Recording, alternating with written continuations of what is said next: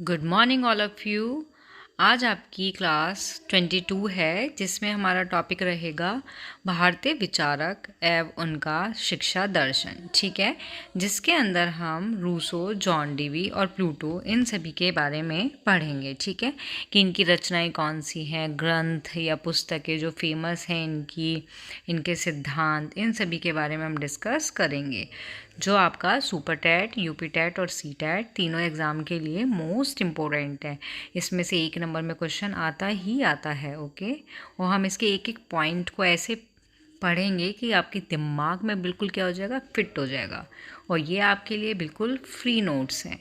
Okay, तो हम start करते हैं, शुरू करते हैं, जिसमें हमारा फर्स्ट टॉपिक रहेगा रूसो। ओके, तो हमारे फर्स्ट विचारक हैं जिसके बारे में हम पढ़ेंगे। फर्स्ट कौन है हमारे फर्स्ट हैं रूसो। ठीक है, हम रूसो के बारे में पढ़ेंगे और इनका शिक्षा दर्शन के बारे में।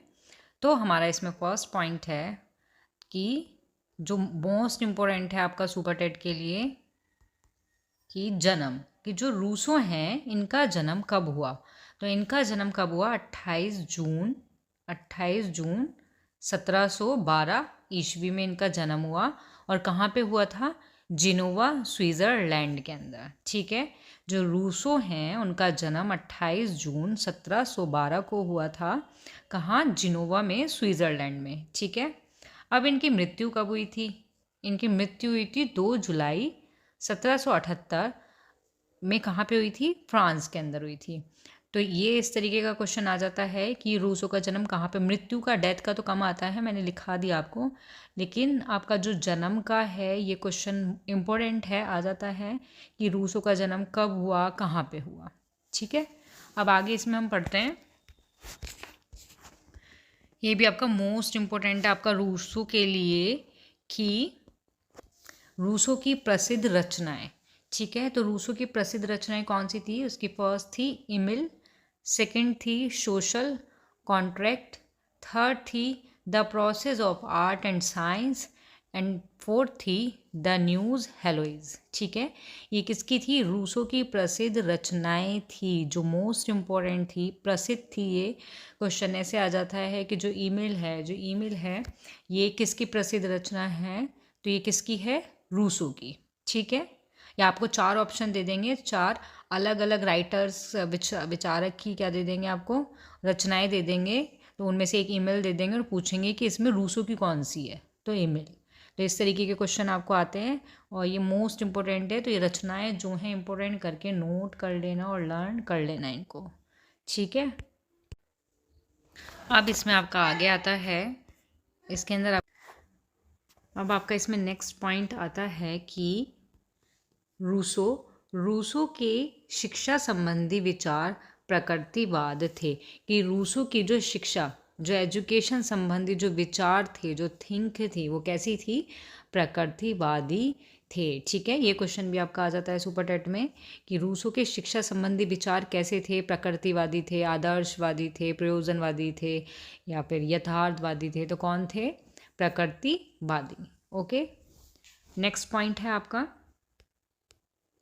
नेक्स्ट पॉइंट आपका आता है, रूसो के अनुसार शिक्षा का उद्देश्य बालक को सही अर्थ में मनुष्य बनाना है। रूसो बोलते हैं शिक्षा के लिए कि शिक्षा में उनका उद्देश्य, जो एम था, वो यही था कि बालक को सही अर्थ में क्या बनाना? मनुष्य बनाना।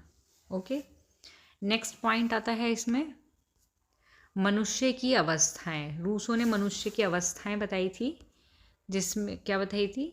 अवस्थाएं बताई थी, जिसमें से फर्स्ट अवस्था आती है आपकी शैशवावस्था। फर्स्ट कौन सी आती है आपकी? शैशवावस्था। सेकंड आती है बाल्यावस्था, थर्ड आती है किशोरावस्था, और फोर्थ आती है युवा अवस्था। तो रूसो के अनुसार जो मनुष्य की बाल्यावस्था हैं वो कितनी हैं? 4 हैं। कौन कौन सी हैं? शैशवा, बाल्य, किशोर और युवावस्था। ठीक है, इतना आया समझ में? जिसको भी समझ ना आए, कोई भी प्रॉब्लम हो, कमेंट बॉक्स में लिखना। ठीक है, के अकॉर्डिंग। तो जो आपकी फर्स्ट है शैशवावस्था, ये कौन सी उम्र के बच्चे होते हैं, इसमें जो छात्रों की एज होती है शैशवावस्था में कौन बच्चे आते हैं, ठीक है। तो जन्म से 5 वर्ष के, रूसो के अनुसार जन्म से 5 वर्ष तक के जो बच्चे होते हैं वो किसके अंदर आते हैं, शैशवावस्था के अंतर्गत आते हैं। और जो ये शैशवावस्था थी, इसमें रूसो बोलते थे, रूसो जो है वो पुस्तकीय ज्ञान का बहुत ज़्यादा विरोध करते थे इसमें, ठीक है। इनका मानना था, इनका ये विश्वास था कि जो कृत्रिम जीवन है उसने हमारे स्वास्थ्य को बेकार कर दिया, बिल्कुल चौपट कर दिया है, ठीक है। इसलिए ये बोलते थे कि बच्चों को क्या करो, प्रकृति की गोद में स्वतंत्र रूप से विचरण कर दो या फिर उसमें छोड़ दो, जिससे इनका जो शरीर है, किसका, बच्चों का जो शरीर है, वो शीत में, मतलब सर्दी में, गर्मी में सहन करने योग्य बन जाए, ठीक है। ओके, समझ में आया। तो ये था आपका शैशवावस्था के अंतर्गत। ओके, अब इसमें जो आपका सेकंड है इसमें आपका बाल्यावस्था। जो बाल्यावस्था की एज होती है बच्चों की, वो कौन सी होती है, वो होती है आपकी 5 to 12 ईयर, ठीक है। मतलब 5 साल से जो 12 साल के बच्चे होते हैं वो किसके अंतर्गत आते हैं, बाल्यावस्था में। और ये किसका मानना था, ये था रूसो का मानना। ओके, इनका मानना था कि इस समय जो बच्चे होते हैं, इस एज के जो बच्चे होते हैं, वो स्वयं के अनुभव के आधार पर सीखें, इनका मानना ये था, ठीक है। तो ये यही बोलते थे कि बच्चों को, मतलब बच्चों का क्या किया जाए, इंद्रियों का विकास किया जाए, जिसके लिए इन्हें भिन्न भिन्न तरह की वस्तु को दिखाना, स्पर्श करना, सूंघना, सुनना, चखना, ये सारी चीज़ें उनकी होनी चाहिए। और उनका जो अध्ययन होगा इस समय, मतलब इस एज में जो उनका अध्ययन होगा वो प्रकृति अध्ययन होगा, जिसमें भाषा, गणित और भूगोल की शिक्षा दी जानी चाहिए। और ये सारी शिक्षा अनुभव के माध्यम से, कि वो स्वयं अनुभव करें इन सारी चीज़ों को, ऐसा कहना था रूसो का, ठीक है। अब नेक्स्ट क्वेश्चन है, नेक्स्ट हेडिंग है आपकी इसमें थर्ड, ये है आपकी किशोरावस्था। और ये किशोरावस्था में एज क्या होती है, इसमें होती है 12 to 15 ईयर, रूसो के अकॉर्डिंग, ठीक है। तो ये इसमें बोलते थे किशोरावस्था के लिए, इन्होंने बताया या इनके अनुसार ये था कि जो ये काल है, जो किशोरावस्था है, जिसमें बच्चे 12 से 15 वर्ष की आयु के होते हैं, तो इस काल के बच्चों में जिज्ञासा की जो प्रवृत्ति होती है वो बहुत तीव्र हो जाती है। और बच्चे क्या करते हैं, नई नई चीज़ों को खोजना या उसमें रुचि दिखाने लग जाते हैं। तो इनका मानना था कि इस समय उन्हें प्राकृतिक विज्ञानों की शिक्षा दी जानी चाहिए, ठीक है। इसके साथ साथ उन्हें भाषा, गणित, भूगोल, संगीत मीन्स म्यूज़िक, सामाजिक जीवन की भी शिक्षा दी जानी चाहिए। ओके, आया समझ। और इस स्तर पर बच्चों के लिए, मतलब जो वो हैं 12 to 15 ईयर के जो स्टूडेंट हैं या छात्र हैं, उनके लिए उद्योग की शिक्षा भी प्रारंभ कर देनी चाहिए। इसके अंतर्गत रूसो ने क्या किया था, इसके लिए रूसो ने क्या किया था, लकड़ी के काम आदि को स्थान दिया था, ठीक है। तो ये था आपका किशोरावस्था। अब आपका आता है 4 युवावस्था। तो युवावस्था में क्या था आपका, सबसे पहले तो इसकी एज में थी आपकी 15 to 25 ईयर, ठीक है। तो आपका युवावस्था में के बारे में बताया या बोला इन्होंने। अब इनका मानना ये था कि इस अवस्था में जो बच्चा होता है वो बच्चा नहीं रहता, जो बालक है वो बालक नहीं रहता, वो क्या हो जाता है, एक मनुष्य बन जाता है, ठीक है। अब उनके जो संवेग होते हैं, इन्होंने बोला कि अब उनके संवेग को क्या करना चाहिए, स्थिर करना चाहिए, ठीक है। और ये एक ऐसा समय था, इन्होंने बोला कि इसमें निश्चयात्मक शिक्षा को प्रारंभ कर देना चाहिए, या ये पॉजिटिव एजुकेशन, निश्चयात्मक शिक्षा का मतलब होता है पॉजिटिव एजुकेशन को प्रारंभ कर देना चाहिए अब, ठीक है। तो इन्होंने कहा, और इनका मानना ये भी था कि इस एज में जो बच्चा है, इस एज में रूसो चाहते थे कि इस एज में जो बच्चा है वो मानव जीवन की विभिन्न झांकियों को देखे। जो मानव जीवन की जितनी भी झांकियाँ होती हैं, झांकियाँ मीन्स जो भी चीज़ें होती हैं मानव जीवन में, उन सबको स्वयं देखे, खुद देखे वो। जैसे कि धनी और निर्धन के रहन सहन एवं व्यवहार को देखे, शुद्ध आचरण करने वालों को देखे, अस्पताल में मरीज को देखे, कारागार में कैदियों को देखे। इससे उनके हृदय में मानव जीवन के प्रति भावनाएं जागृत होंगी। ऐसा कौन बोलते थे? ऐसा बोलते थे आपके रूसो। तो ये सब उन्होंने युवावस्था के बारे में बताया था। ठीक है, अब हमारी नेक्स्ट हेडिंग आती है। नेक्स्ट हेडिंग है हमारी, तो आपका इसमें हेडिंग आती है आपकी कि रूसो के अनुसार शिक्षा के 3 मूल स्रोत होते हैं। रूसो बोलते हैं कि शिक्षा के कितने स्रोत होते हैं? 3। अब कौन कौन से हैं वो? इसमें हमारा फर्स्ट आता है प्रकृति। फर्स्ट क्या आता है हमारा? प्रकृति। सेकंड आता है मानव, और थर्ड आता है हमारा पदार्थ। ठीक है, तो ये रूसो के अनुसार हमारे 3 स्रोत हैं। ये तीनों जो स्रोत हैं, ये तीनों ही बालक के शिक्षक हैं। ये तीनों स्रोत बालक के शिक्षक के अंतर्गत आते हैं। ओके, नेक्स्ट पॉइंट है हमारा इसमें। नेक्स्ट पॉइंट आता है हमारा, रूसो ने निषेधात्मक शिक्षा की विचारधारा को जन्म दिया। कैसी विचारधारा को जन्म दिया था इन्होंने? निषेधात्मक शिक्षा की विचारधारा को। तो आपका निषेधात्मक शिक्षा के अंतर्गत क्या आता है? रूसो क्या बोलते हैं कि निषेधात्मक शिक्षा क्या है? सबसे पहले तो इसको समझो। तो रूसो बोलते हैं कि इनके अनुसार क्या होता है कि बालक को क्या करना चाहिए? बालक को 12 वर्ष की अवस्था तक किसी भी प्रकार की औपचारिक शिक्षा नहीं देनी चाहिए। ऐसा कौन बोलते हैं? रूसो निषेधात्मक शिक्षा में बोलते हैं कि बालक को 12 वर्ष तक तो औपचारिक शिक्षा ना दो। औपचारिक शिक्षा से आपको पता होगा कि औपचारिक शिक्षा कौन सी होती है? जो स्कूल में दी जाती है, जिसमें समय सारणी, पीरियड, सब कुछ आपके होते हैं कि हाँ भाई टाइम टेबल के अकॉर्डिंग सारी चीज़ें होती हैं, निश्चित समय में होती है, निश्चित पीरियड में होती है, तो इसको हम औपचारिक शिक्षा बोलते हैं। तो रूसो बोलते हैं कि बालक को 12 वर्ष तक औपचारिक शिक्षा नहीं दो, बल्कि उन्हें प्रकृति के साथ छोड़ दो ताकि बालक का सम विकास के लिए उचित अवसर मिल सके। इनका मानना था कि प्रकृति में छोड़ दो बच्चों को ताकि उनमें विकास हो सके, सम विकास का उन्हें अवसर मिल सके। तो ये आपका निषेधात्मक शिक्षा थी। तो इन्होंने ऐसी ही विचारधारा को जन्म दिया था। ठीक है, अब आपका नेक्स्ट पॉइंट आता है इसमें।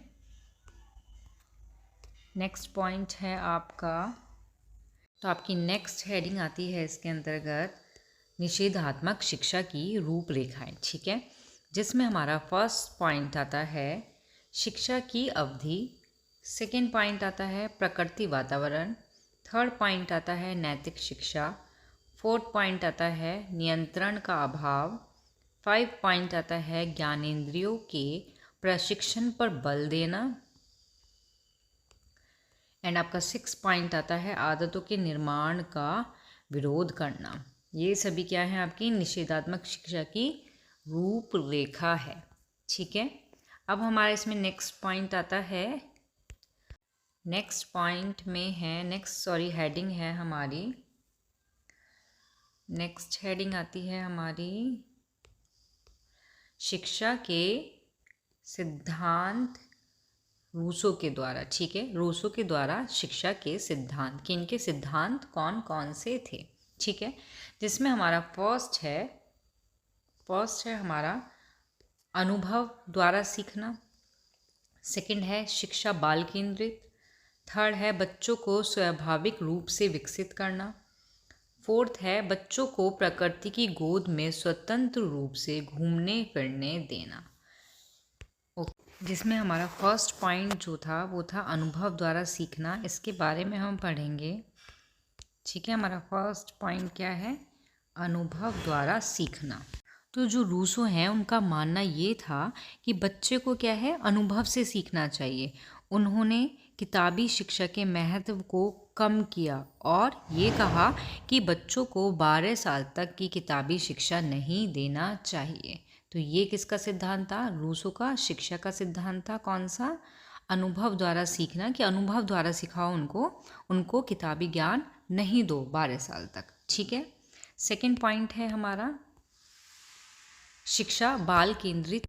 सेकंड क्या है आपका? शिक्षा बाल केंद्रित। तो इन्होंने कहा कि जो भी शिक्षा हो, जो भी उनको शिक्षा दी जाए प्रकृति में, वो बाल केंद्रित होनी चाहिए। ठीक है, शिक्षक केंद्रित नहीं होनी चाहिए, बाल केंद्रित होनी चाहिए। ओके। थर्ड पॉइंट था कि बच्चों को स्वाभाविक रूप से विकसित। तो उनका कहना था कि बच्चों को स्वाभाविक रूप से विकसित करना चाहिए। ठीक है।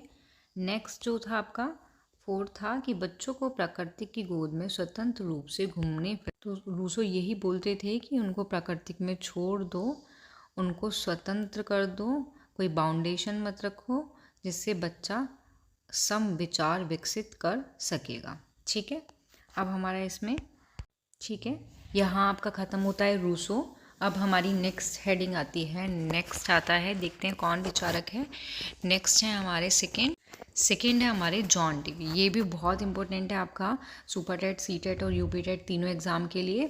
तो हमारा क्या है हेडिंग? हमारी हेडिंग है आपकी जॉन डीवी। ओके। तो जॉन डीवी का फर्स्ट क्वेश्चन आता है, फर्स्ट इसमें हेडिंग है कि जन्म, इनका जन्म कब हुआ था और कहाँ हुआ था। ठीक है। तो इनका जन्म कब हुआ था? 1859 में हुआ था। कहाँ हुआ था? बर्लिंगटन में हुआ था। ठीक है। ये आपका इंपॉर्टेंट क्वेश्चन है, क्वेश्चन आ जाता है कि जॉन डीवी का जन्म कब और कहाँ हुआ था। ठीक। अब इनकी डेथ, इनकी मृत्यु कब हुई थी? 1952 में इनकी मृत्यु हुई थी। और कहाँ पे हुई थी? न्यूयॉर्क में हुई थी। ओके। तो मृत्यु का इसमें भी यही है कि कम ही आता है, मोस्टली आपका यही आता है कि इनका जन्म, इनका बर्थ कब हुआ था। तो 1859 में बर्लिंगटन में हुआ था। किसका? जॉन डीवी का। ओके। अब इसमें आपकी नेक्स्ट हेडिंग आती है, नेक्स्ट हेडिंग है आपकी इसमें प्रसिद्ध पुस्तकें। ये मोस्ट इम्पोर्टेंट है आपका। तो इनकी कौन कौन सी प्रसिद्ध पुस्तकें हैं? तो फर्स्ट है इनकी द स्कूल एंड सोसाइटी। आपकी सेकंड है the school and the child. Third है the child and the curriculum.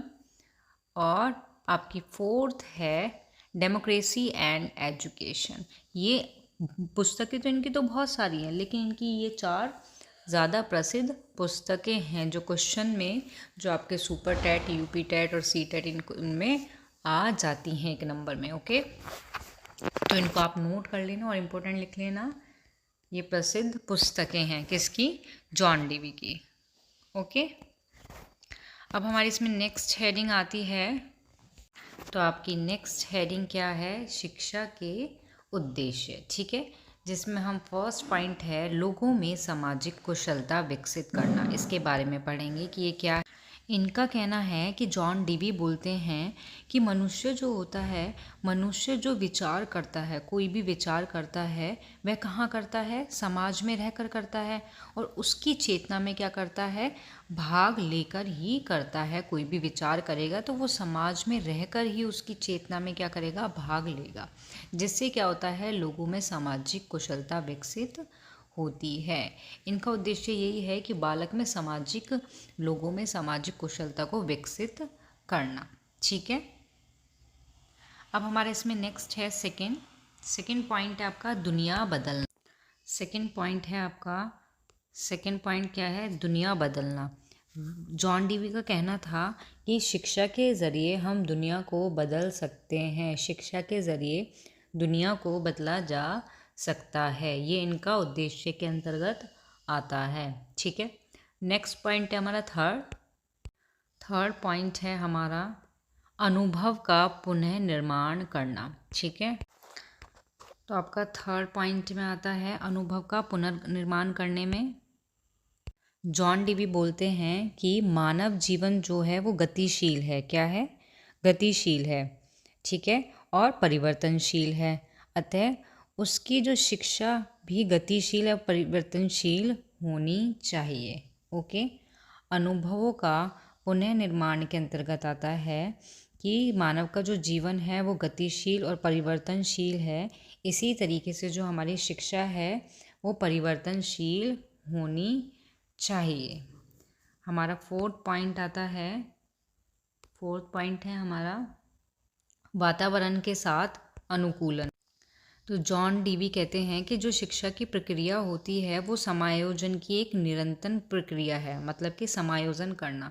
तो वातावरण के साथ अनुकूलन का तात्पर्य यह है कि शिक्षा की जो भी प्रक्रिया है उसमें क्या करना, समायोजन की ये क्या है, एक तरह से प्रक्रिया है, और जिसका प्रत्येक अवस्था में उद्देश्य होता है। ठीक है। नेक्स्ट पॉइंट है हमारा इसमें, मनुष्य का स्वभाव बदलता, इसलिए शिक्षा भी गतिशील होनी चाहिए। तो ये भी यही है कि मनुष्य का जो स्वभाव है वो क्या है, वो बदलता रहता है। तो इसी तरीके से जो शिक्षा है वो भी गतिशील होनी चाहिए। ठीक है। अब हमारी नेक्स्ट हेडिंग आती है इसमें, तो जॉन डीवी का, ये क्या है आपका, जॉन डीवी शिक्षा का अर्थ, मतलब जॉन डीवी के अनुसार इसमें हमारा फर्स्ट पॉइंट आता है, शिक्षा जीवन की आवश्यकता है। जॉन डीवी ने कहा है कि जो शिक्षा है वो हमारी लाइफ की क्या है, एक नीड है, एक आवश्यकता है। ठीक है। तो सेकंड पॉइंट में इन्होंने कहा है पुनः निर्माण की प्रक्रिया है, कि जो शिक्षा है वो क्या है, एक पुनः निर्माण की प्रक्रिया है। थर्ड पॉइंट है हमारा सामाजिक प्रक्रिया है। जो हमारी शिक्षा है वो क्या है, एक तरह की सामाजिक प्रक्रिया भी होती है। फोर्थ पॉइंट है हमारा, फोर्थ पॉइंट है विकास प्रक्रिया है, कि जो शिक्षा है वो एक विकास प्रक्रिया भी है। 5 पॉइंट में आता है जीवन की तैयारी नहीं बल्कि जीवन है, कि जो आपकी शिक्षा है, आपकी एजुकेशन है, ये क्या है, ये हमारी जीवन की तैयारी ही नहीं है बल्कि ये हमारा एक तरह से जीवन है। अब हमारी इसमें नेक्स्ट हेडिंग आती है पाठ्यक्रम निर्माण के सिद्धांत, किसके अनुसार, जॉन डीवी के अनुसार। ठीक है। जिसमें हमारा फर्स्ट पॉइंट है क्रियाशीलता का सिद्धांत। ओके, ये मोस्ट इम्पोर्टेंट है सुपर टेट के लिए।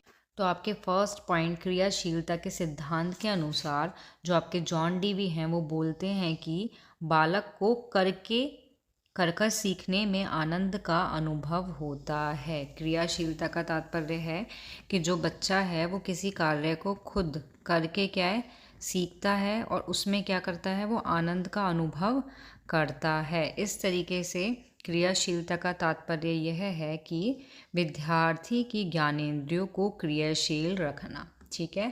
क्रियाशीलता के अंतर्गत आता है कि बच्चे की जो ज्ञानेंद्रियां होती हैं उनको क्या करना है, हमें क्रियाशील रखना है। ओके। तो आपका सेकंड पॉइंट आता क्रियाशील में इतना ही है। सेकंड पॉइंट है आपका बाल केंद्रित पाठ्यक्रम। तो जॉन डीवी ने यही कहा है कि जो बच्चों का पाठ्यक्रम होना चाहिए, मीन्स जो पाठ्यक्रम होना चाहिए या पाठ्यक्रम ऐसा होना चाहिए जो हम निर्माण कर रहे हैं वो बाल केंद्रित होना चाहिए। ठीक है। थर्ड है आपका लचीलेपन का सिद्धांत। इसके बाद आपका 4 पॉइंट है एकीकरण का सिद्धांत। ठीक है। इसमें एकीकरण के सिद्धांत से तात्पर्य है कि विभिन्न विषय या सिद्धांत से, विभिन्न विषय मतलब जो अलग अलग विषय होते हैं या सिद्धांत से अवधारणाओं को और चरों को क्या करे, विलय करने की प्रक्रिया को संदर्भित करता है, ताकि जो कोई घटना होती है जैसे अपहरण करना, डकैती, मानव तस्करी आदि जो होती हैं, या आपराधिक व्यवहार के लिए एक व्यापक व्याख्या प्रदान की जा सके। ये किसके अंतर्गत आता है, एकीकरण के अंदर। ओके। उसके बाद नेक्स्ट हेडिंग है आप, इसके बाद आपकी हेडिंग आती है 5, जिसमें है रुचि और उपयोगिता का सिद्धांत। तो इसमें रुचि के अंतर्गत तो आपका यही आता है कि ये शिक्षा के प्राथमिक लक्ष्य में से एक होना चाहिए, कि हमारा पाठ्यक्रम इस तरीके से होना चाहिए या हमारे पाठ्यक्रम का निर्माण इस तरीके से होना चाहिए कि रुचि, जो बच्चे हैं, छात्र हैं, उसमें क्या लें, रुचि लें। तो जो रुचि है ये शिक्षा के प्राथमिक लक्ष्य में से एक होना चाहिए। ठीक है, इसी में आगे आता है उपयोगिता का सिद्धांत। उपयोगिता के सिद्धांत के अंतर्गत आता है, जॉन डीवी ने कहा है कि जॉन डीवी बोलते हैं कि जो हर कार्य को स्वीकार करे या अस्वीकार करता है तो वो क्या होता है, उपयोगिता के सिद्धांत के अंतर्गत आता है। ठीक है, तो ये सभी आपके क्या थे, पाठ्यक्रम निर्माण के सिद्धांत किसके अनुसार थे, जॉन डीवी के अनुसार। ओके, अब हमारी इसमें नेक्स्ट हेडिंग है आपकी नेक्स्ट हेडिंग है इसमें, नेक्स्ट हेडिंग है आपकी प्लूटो थर्ड। ठीक है, तो इसमें क्या है आपका, इसमें फर्स्ट पॉइंट है आपका जन्म, कि इनका जन्म कब हुआ था। इनका जन्म हुआ था 428 ईसा पूर्व, एथेंस में हुआ था। और इनकी मृत्यु कब हुई थी, 348 ईसा पूर्व में हुई थी। किसकी, प्लूटो की। ओके, तो क्वेश्चन आपसे जन्म का ही आता है मोस्टली, तो कि कब हुई थी और कहाँ पे हुई थी। ओके, और आपका नेक्स्ट हेडिंग है इसके अंदर, प्लूटो के अंदर इनके प्रमुख ग्रंथ। ये मोस्ट इम्पोर्टेंट है कि प्लूटो के ग्रंथ कौन कौन से हैं। ठीक है, तो हमारे इसमें फर्स्ट पॉइंट आता है कि एपोलॉजी, सेकंड है क्रीटो, थर्ड है रिपब्लिक, फोर्थ है थेलेन, और 5 है हमारा पेज। ठीक है, तो ये 5 क्या है, इसके प्रमुख ग्रंथ हैं। ओके, क्वेश्चन आ जाएगा कि रिपब्लिक जो है, रिपब्लिक ग्रंथ किसका है, प्लूटो का है, रूसो का है, जॉन डीवी का है, मॉन्टेसरी का है, किसका है। तो आप किसको बोलोगे, आप बोलोगे प्लूटो का। तो इस तरीके के क्वेश्चन ग्रंथ में से आ जाते हैं, तो इसको इम्पोर्टेंट लिख लेना और ये सारे के सारे ग्रंथ लर्न कर लेना, अच्छे से याद कर लेना। ठीक है, अब हमारी इसमें नेक्स्ट हेडिंग आती है आपकी, कि नेक्स्ट हेडिंग है प्लूटो के मुताबिक शिक्षा का मकसद बच्चों को सहयोगी व सामुदायिक जीवन जीने का तरीका सिखाना है।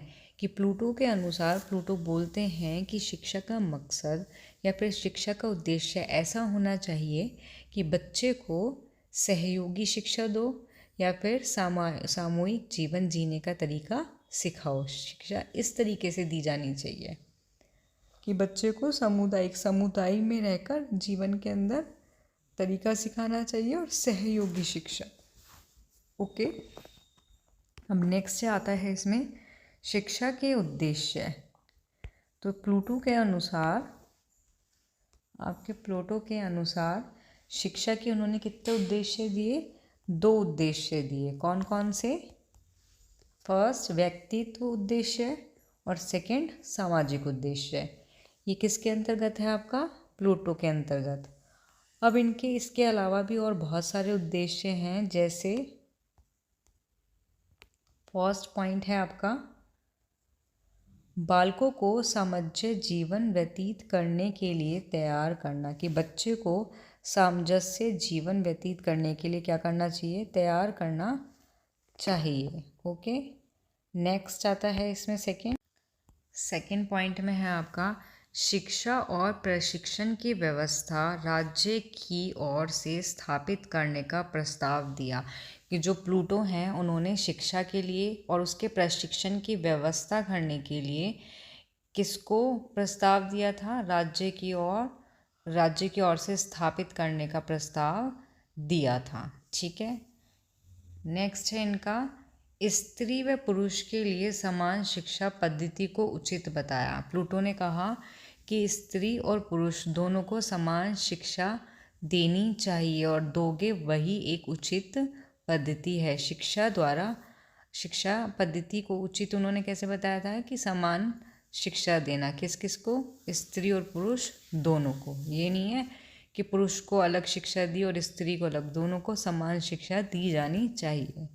किसके अनुसार, प्लूटो के अनुसार।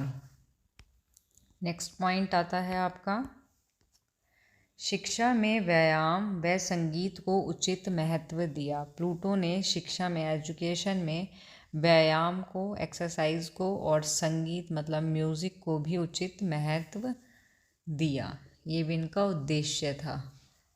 5 पॉइंट आता है आपका समाज में व्याप्त हिंसक स्वार्थपरता, वर्ग संघर्ष जैसी समस्याओं को दूर करने का प्रयास किया। इन्होंने समाज के अंदर, सोसाइटी के अंदर जो भी आपका क्या था, हिंसक थे या वर्ग संघर्ष थे या फिर स्वार्थपरता थी, ऐसी जो भी समस्या थी समाज के अंदर, उनको दूर करने का इन्होंने क्या किया था, प्रयास किया था। ये भी इसके उद्देश्य के अंतर्गत आता है। ठीक है, अब इसका नेक्स्ट हेडिंग है आपकी प्लूटो की। नेक्स्ट हेडिंग है आपकी इसके अंदर शिक्षा के प्रकार की। शिक्षा के कितने टाइप्स होते हैं, तो इन्होंने कहा 3 टाइप्स की होती है। फर्स्ट औद्योगिकी, सेकंड क्रियाशील शिक्षा और थर्ड वास्तविक शिक्षा। ठीक है, तो आपके प्लूटो ने कहा कि छात्रों को आपका फर्स्ट पॉइंट जो है औद्योगिक शिक्षा, इसके अंतर्गत आता है कि छात्रों को व्यवसाय चुनने में मदद करती है। जो औद्योगिक शिक्षा होती है, अगर हम बच्चों को, छात्रों को औद्योगिक शिक्षा दे रहे हैं तो वो उनको व्यवसाय चुनने में क्या करती है, मदद करती है और उनका सर्वांगीण विकास भी करती है। इसलिए इन्होंने शिक्षा के टाइप्स में इसको रखा। और ये जो शिक्षा होती है ये छात्र को समाज से जोड़ती है। ठीक है, और सामाजिक काम करने के लिए तैयार करती है। ये बच्चों को, छात्र को समाज से जोड़ती है और सामाजिक काम करने के लिए उन्हें क्या करती है, तैयार करती है। ठीक है, अब सेकंड है आपका क्रियाशील शिक्षा। क्रियाशील शिक्षा के अंतर्गत आता है कि छात्रों को कार्यकलाप के ज़रिए सीखना चाहिए। ठीक है, इस तरीके की शिक्षा में छात्रों को ऐसी गतिविधि में शामिल होना चाहिए जिनसे उन्हें सोचने के लिए प्रेरित किया जा सके। ठीक है, इसके लिए क्या होता है, पाठ के लिए न्यायिक दृष्टिकोण अपनाना चाहिए ताकि छात्र सिर्फ सुनने के बजाय गतिविधियों में भी सक्रिय रूप से भाग ले सके।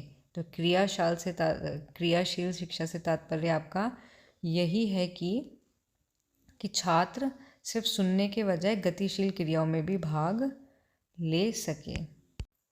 इसके बाद आपकी हेडिंग है इसमें वास्तविक शिक्षा। शिक्षा के प्रकार में आपकी थर्ड है वास्तविक। प्लूटो ने वास्तविक शिक्षा के अंतर्गत कहा कि जो भी हमें बेहतर बनाता है या फिर हमें रोजी रोटी कमाने में मदद करता है और एक स्वस्थ जीवन शैली जीने में मदद करता है, वही हमारी वास्तविक शिक्षा होती है। और वास्तविक शिक्षा के अंतर्गत क्या होता है कि जीवन के अंत तक काम आने वाले गुण विकसित होते हैं। किससे? वास्तविक शिक्षा से। ठीक है, अब हमारी नेक्स्ट हेडिंग है इसके अंदर शिक्षा के आधार, मतलब पाठ्यक्रम। अब शिक्षा के 3 आधार हैं आपके पाठ्यक्रम के निर्धारण करने के लिए। ओके, पाठ्यक्रम का निर्धारण करने के लिए शिक्षा के कितने 3 आधार हैं, ये किसने कहा? प्लूटो ने। तो इसमें हमारा फर्स्ट पॉइंट है प्रारंभिक शिक्षा, सेकंड है माध्यमिक शिक्षा और थर्ड है उच्च शिक्षा। ठीक है, ये इसके क्या है, शिक्षा के 3 आधार पाठ्यक्रम को निर्धारित करने के लिए। फर्स्ट पॉइंट आता है प्रारंभिक शिक्षा। ठीक है, पाठ्यक्रम के निर्धारण में जो प्रारंभिक शिक्षा होती है वो किस तरीके से महत्वपूर्ण है आपकी, कि जो ये पाठ्यक्रम है प्रारंभिक शिक्षा के अंतर्गत, इसमें क्या होता है कि छात्रों की ज़रूरत के हिसाब से तैयार किया जाना चाहिए। कि प्रारंभिक शिक्षा में क्या होता है कि जो हमारा पाठ्यक्रम है वो बच्चों की ज़रूरत के हिसाब से क्या करना चाहिए, तैयार करना चाहिए, उनकी छात्रों की रुचि के अनुरूप होना चाहिए। ओके, और इसमें समाज और जो राष्ट्र की ज़रूरत होती हैं उनको पूरा करना चाहिए।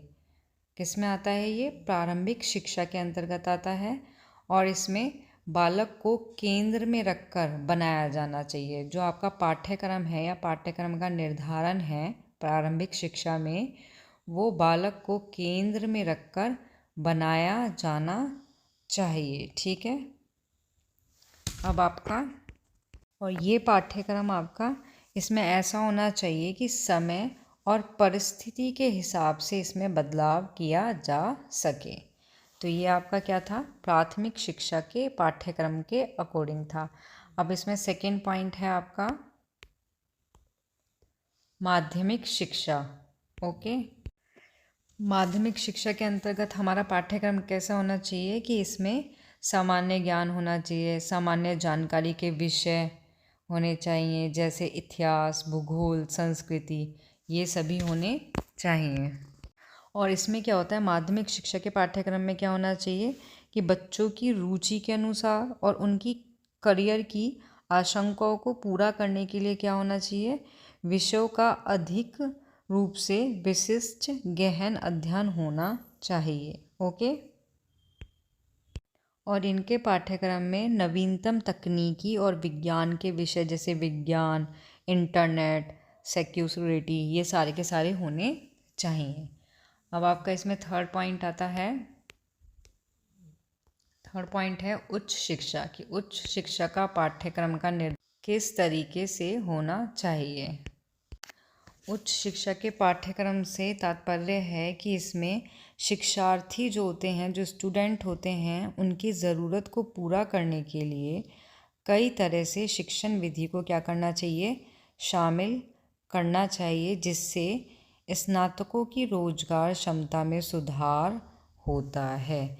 तो उस शिक्षा का पाठ्यक्रम इस तरीके से निर्धारित करना चाहिए। ओके, अब आपकी इसमें नेक्स्ट हेडिंग आती है, नेक्स्ट हेडिंग है शिक्षा, नेक्स्ट हेडिंग है आपकी शिक्षा के क्षेत्र में योगदान। ठीक है, नेक्स्ट हेडिंग क्या है आपकी, शिक्षा के क्षेत्र में योगदान किसके अनुसार, प्लूटो के अनुसार। तो इसमें हमारा फर्स्ट पॉइंट है स्त्री शिक्षा आवश्यक बताई, कि जो प्लूटो हैं उन्होंने कहा कि स्त्री की शिक्षा आवश्यक है, कि स्त्रियों को भी शिक्षित किया जाए, उनको भी शिक्षा दी जाए। सेकंड पॉइंट है औद्योगिक शिक्षा की उन्नति के लिए प्रयास, कि जो औद्योगिकी की शिक्षा है उसकी उन्नति के लिए क्या करना चाहिए, प्रयास करना चाहिए।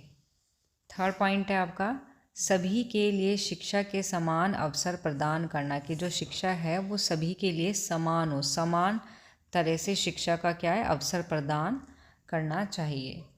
फोर्थ में आता है आपका शारीरिक शिक्षा को महत्वपूर्ण स्थान प्रदान करना, कि जो शारीरिक शिक्षा है उसका भी शिक्षा में महत्व होना चाहिए, महत्वपूर्ण स्थान होना चाहिए। ठीक है, फिफ्थ है आपका व्यक्तित्व का संतुलित विकास करना, कि व्यक्तित्व का क्या करना चाहिए, संतुलित विकास करना।